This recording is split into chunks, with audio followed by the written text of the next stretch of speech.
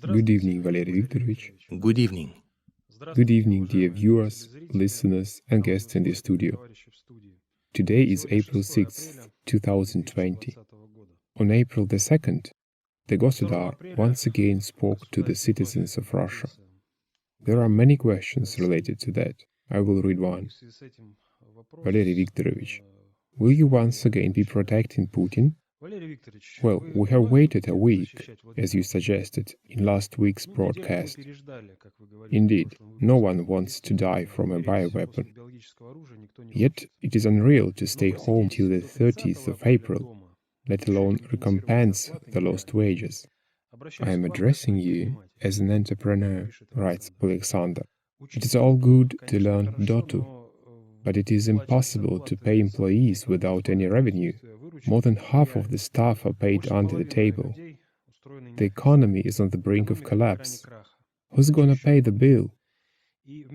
And instead of taking the full responsibility upon himself, as a real Gosudar, as a leader, Putin passes the responsibility onto the local chieftains. Well, such a point of view has its right to exist. Yet the fellow clearly doesn't understand what is going on. I'm not going to protect Putin. He has no need in this. One just needs to understand what Putin is doing. So what is lacking in the understanding of the folks who get all emotional about this? Even though their emotions might have merit in this case. Indeed, where can an entrepreneur get the money for payroll if he cannot earn any revenue, and hence pay out the paychecks? So the situation globally, I am trying to explain this, but I keep failing. The people aren't listening. We do need to understand that for all the countries of the world, all the countries, it is not a matter of choice between the good and the bad, but between the bad and the very bad, up to an utter catastrophe.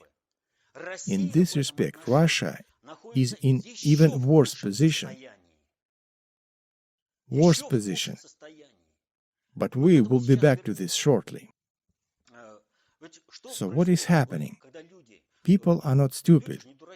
They are watching. And they see the performance titled The Coronavirus. They see that everywhere where flares of infection occur, some common traits can be found. For example, always good conditions are created for a mass spread of the disease. The infected with COVID-19 are roomed together with those having a different diagnosis, and the latter get infected too. Then there is a surge of infection. There were cesspools of mass infection created on cruise liners. Now a source is created on the Theodore Roosevelt American aircraft carrier, etc. Statistical manipulations are at hand when people infected with the coronavirus disease but deceased of another cause are recorded as victims to the COVID-19. Previously deceased are also assigned to COVID-19 victims. They just had a flu, yet in post-mortem it appeared as COVID-19. They died of the coronavirus.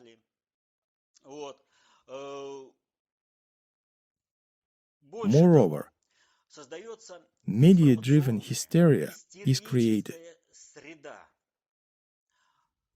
Let me tell you a parable. An angel was sitting at the entrance to the city that Death was heading to. The angel asked, "Why are you headed to the city?" Death replied, "I want to collect 8,000 lives."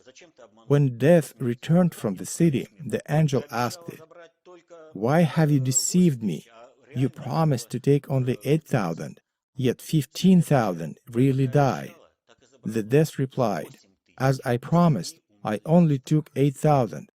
The rest have died of fear. What is happening in Bergamo, for example?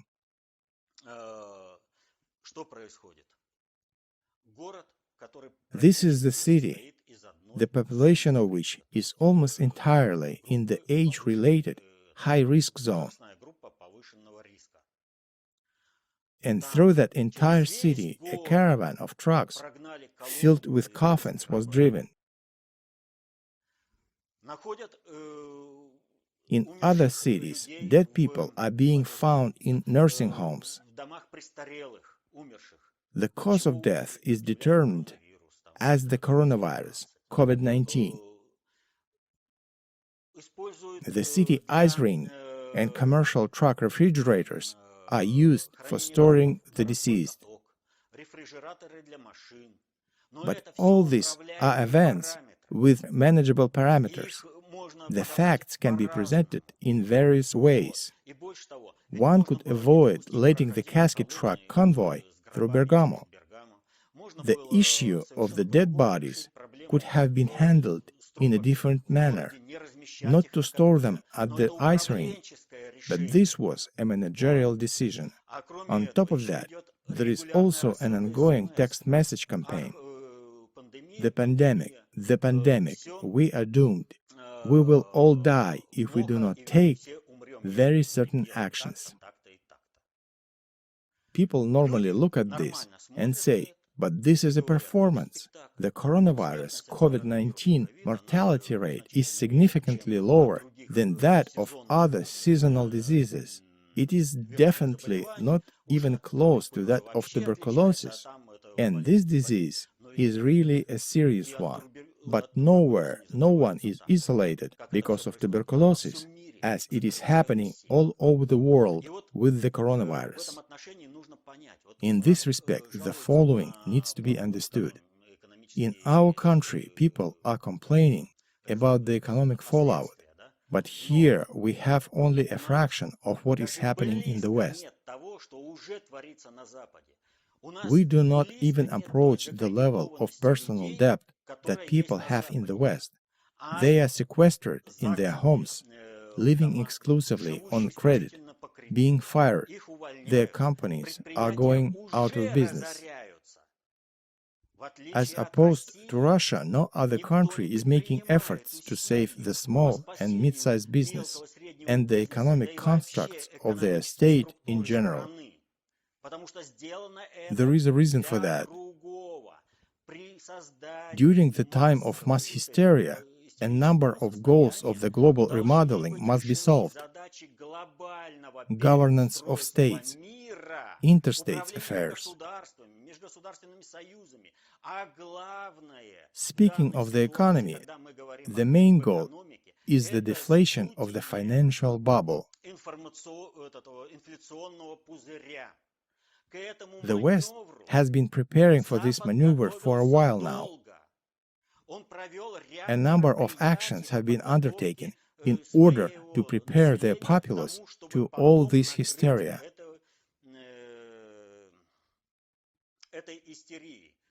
By the West, in this case, I mean both the Western countries as the object of governance and the governing subject itself, named the global predictor.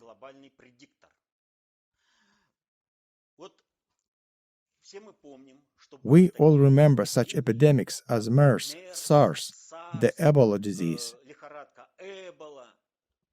They all merrily passed us by. They haven't touched Russia, really. Yet in the West, they had a serious media coverage. Such a serious coverage that in 2014, the year when the Third World War almost started, I mean in the hot regime, on the sixth priority level, the President of the United States of America singled out three main global threats: the Ebola disease, Russia, and the ISIS. Isn't this a curious list? And here we have someone asking a question about Putin relegating responsibilities Well, Putin is in the forefront of the battle, fighting. Russia was identified as a target for the attack, as it is the most desired piece of the pie in the global economy.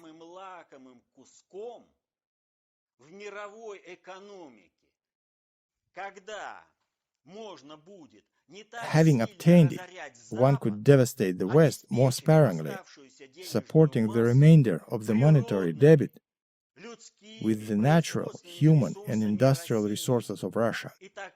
And this threat really exists. This threat is huge for one reason.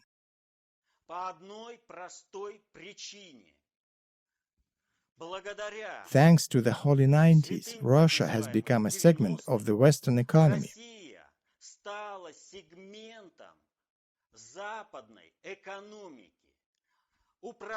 The management of Russian industries is largely conducted from abroad. It is not run by the state. And because of this,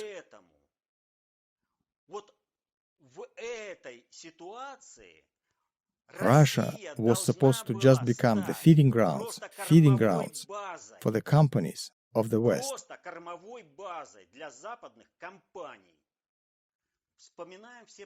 Let's remember all these crises of the past, the one in 1998, the others, even the ones that occurred during Putin's rule. Was the state governance ever trying to save the small and mid-sized business? Did the state care about saving the industry, the economy of the country? No. There is one simple reason for that. At that time, the mere survival of the country was at stake, and all the efforts were directed there. But now, when conditions for Russia escaping the supranational governance and regaining its sovereignty are ripe, it is critically important to preserve the economy, the small and mid-sized business. Nowhere else except Russia it is being rescued. This doesn't mean everything is going to be golden right away.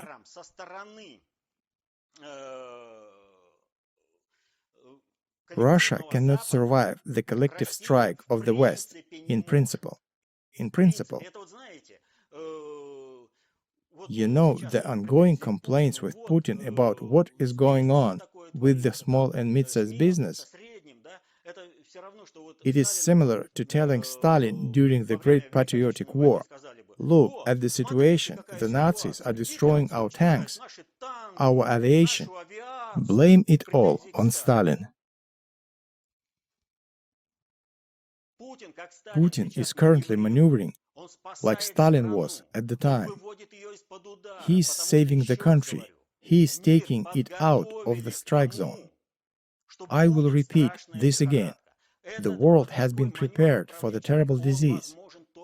Such a governance maneuver is possible only under one condition: when there is only one center of governance concentration, without an alternative.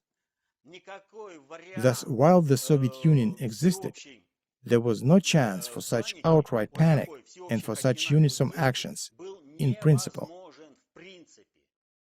Even considering that the Soviet Nomenklatura did its best to surrender the Soviet Union.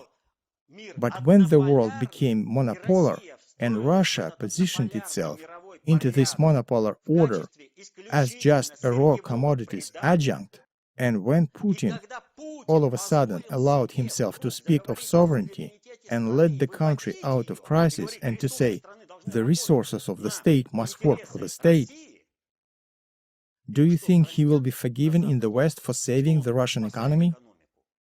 Clearly, he will not be. But in order for them to be able to swallow Russia, the main strategy is to induce hatred towards Putin here and now. And to say, this is all his fault, our Western hands are clean, we are doing just fine, and we have no claims towards Russia. It is Putin who cannot protect his country. Let alone mentioning how the Western countries and Western leaders are protecting their citizens. Are you getting bankrupt? This is your problem. You lost your job? This is your problem. Just take a look how they are communicating with one another, how they are stealing personal protective equipment from each other, how they set each other up for various economic and political problems. Who is going to be a scapegoat is for them to decide among themselves. Do you think they have any different goal set for us? They dumped Greece in the 2008 crisis, dumping Italy now. Do you think they will spare Russia? For them, Russia is a raw commodities adjunct. Will they spare Russia? Will they think of its citizens? They barely spared anyone in the 1990s, robbed as best as they could. And now they are saying, Putin is such a tyrant. The Deutsche Welle is constantly supplying the libertards with information against Putin. Down with Putin's head, and everything will be golden. Everything will be great again, as in the holy 90s. Just remember those 1990s. Was anyone okay then? The Western countries are hardly altruistic, nor do they practice charity.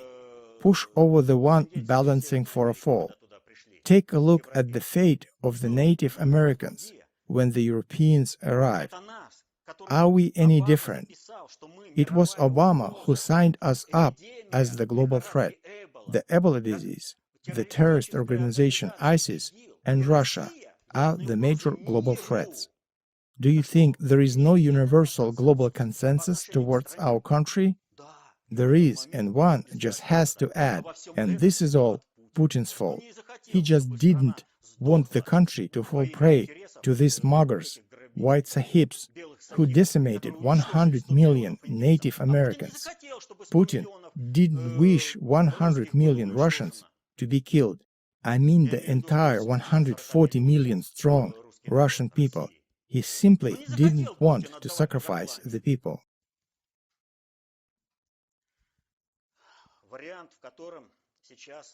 The current global situation very much is being decided now. The first priority is to achieve the state governance correction for all the economic, political, and social goals. This could not be done under different conditions, without the political crisis in the country. Could they have changed the heads of provinces in China had there been no coronavirus? Now there is also, figuratively speaking, this Lydia Timashuk's letter. A woman doctor writes, "If not for the party leadership on certain levels, I could, in a timely manner, I diagnosed everything in time, we could have avoided the epidemic." So China has its own doctor's case. The same is happening all around the world. Take a look at some of the political decisions made by Putin in Russia, how these decisions are detested by the libertards, and it is understandable. These decisions strengthen Russia. They remove it from under the suprastate governance, restore the state sovereignty. We don't like that we need to stay home longer in self-isolation. Yet, do we have a choice? It is due to such an aggressive informational campaign that ideal conditions are created in the whole world for the use of biological warfare. Simply perfect conditions.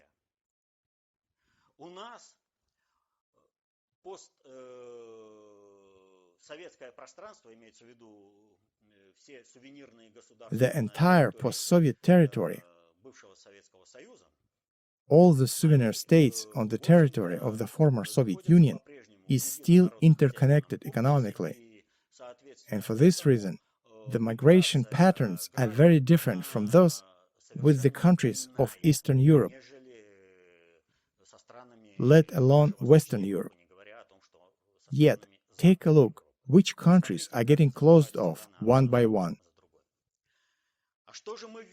And what do we see? Putin says, we have a great risk of the spread of the infection. We have no way of avoiding the spread of the virus onto the territory of Russia. Consider the neighboring state, the Ukraine. Do you think the great hordes of people assembled at the border control points were demonstrated for no reason? The goal was so they infected each other. Do you think people escaping from the airport and scattering away were shown for no reason? They were transported from a problematic country. They could have been quarantined in a safety zone, yet they were delivered into the place where they could easily escape from. Then they were psychologically stressed into hysteria. Hence, people escaped, and this was reported. It is being revealed to the public on purpose that in the Ukraine there is an exceptionally high risk of spread of the disease. More than that, it is yet increasing. They started containing the personnel in hospitals for observation.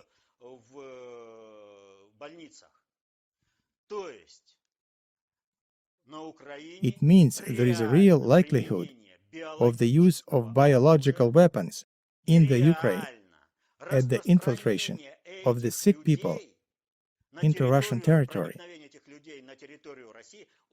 Do you remember the military personnel lost their bearings?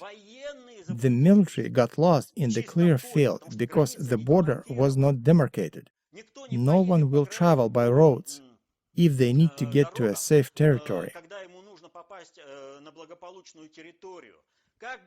How was the disease spread through Italy? There was the source of infection, then the announcement. Tomorrow we are implementing the quarantine.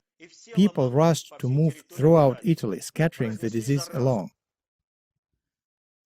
creating the conditions commensurate with the mass migration of people via country roads, trails, from the territory of the Ukraine and spreading throughout the territory of Russia.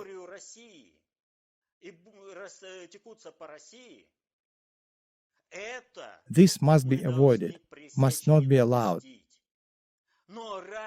But in order not to let this happen, it is compulsory that the conditions when mass migration is impossible are prolonged in time.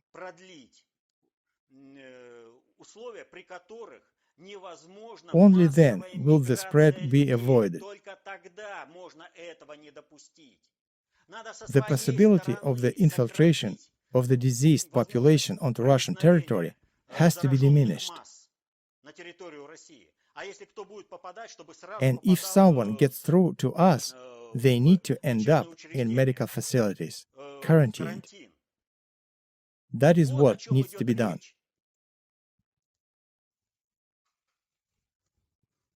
And in these catastrophic conditions, Putin is the only one, I'm stressing, the only statesperson who cared to do something to save the small and mid-sized business. It is true that our governmental apparatus was designed specifically towards a coup and the surrender of Russia back to the West as a commodities adjunct. But because of that, now there is an opportunity to correct this apparatus from the human resources perspective.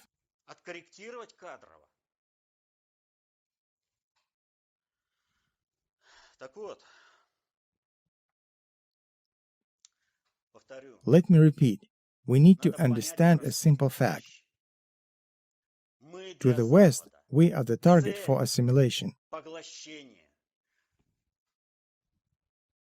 The country is supposed to be assimilated in such a manner that the population's resistance is maximally suppressed.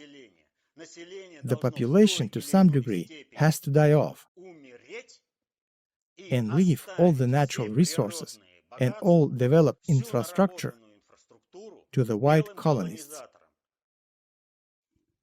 And they have a similar attitude towards us as they had to the Native Americans, among whom they were distributing smallpox reading blankets. There is a war being waged against us towards our complete annihilation. And we need to understand that this theatrical performance is just a smokescreen that creates the right conditions for using a bioweapon against Russia. Have you noticed how many terrorist groups have recently been liquidated by the FSB? How were they planning to execute their terrorist acts? The answers to these questions were televised. There is a question regarding these strike groups. In Japan, Zorin was used by those who didn't care about their own safety. Well, not by the Shahids, but by Aum Shinrikyo. Because they were on a certain mission.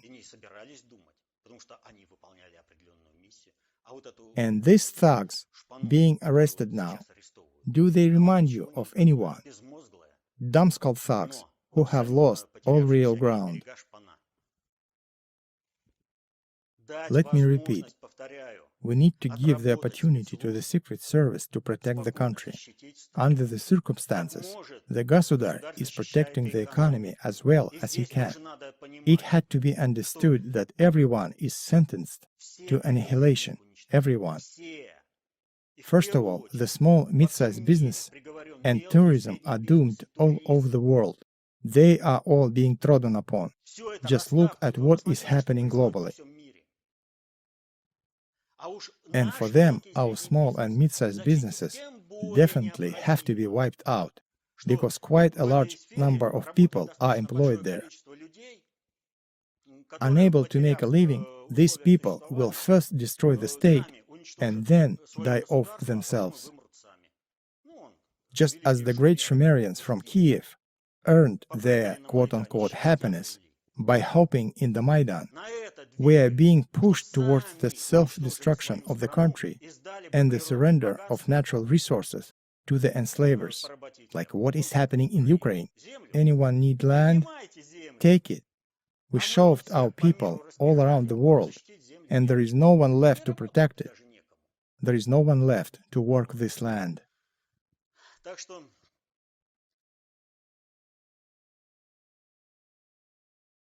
I will repeat, the whole performance is a smokescreen that creates the conditions for the implementation of a biological weapon. We need to show a certain degree of consciousness and understanding of what is happening. We need to understand that whatever the cost, however hard it might be, the issue now isn't even in preserving businesses, but in preserving the life of the population on the territory of Russia. All the population living in the Russian Federation and even on the entire territory of the former Soviet Union. That is what's at stake. These are not trifles. And once again, since we are talking about war, I keep repeating war, war. Today we have published the new edition of the analytical note, War.